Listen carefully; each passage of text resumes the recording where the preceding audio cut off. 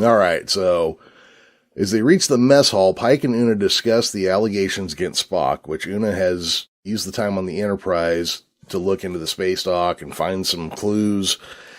She adds that Starfleet Command has placed a level 1 classification on Spike's case, an unusual move for a line officer, which led her to do some more digging around. Pike wants the holographic projectors removed from the Enterprise, and then he's called to the briefing room. All right, so look, I'm not editing out this time. Oh, but you called him Spike. Did I really? Last episode that we recorded, I think we both had problems calling him Spike because it's Pike easy. and Spock. The names are kind of tricky. That's staying in though. Okay, yeah. That's First Officer Spike or Second Officer Spike. And his other ancestor was Snoopy, apparently. I did like this reference to having his chief engineer rip all the holographic projectors out of the ship.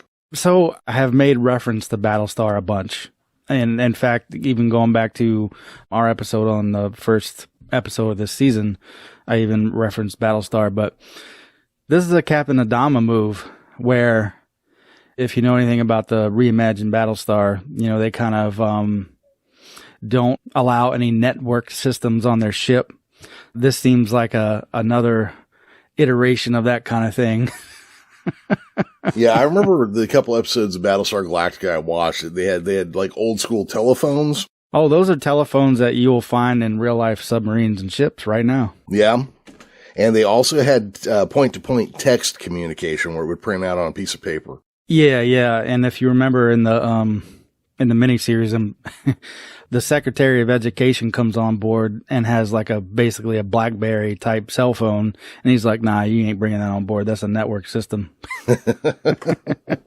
Oh, the BlackBerry. That scene right here just feels very much like that Battlestar scene that I was just talking about. Yeah. You know what I liked about it though? Cause it's one of the first steps they took to, people were complaining, the old ships on Star Trek didn't have holographic projectors. Well, now we know why the Enterprise did. And he's like, nope, get those off my ship. You know what? That is a good in-universe way to get around that issue, for sure. I like it. Yeah, no, I liked it quite a bit. I hadn't even considered that while I was watching it. Yeah, this season does a lot of little course corrections.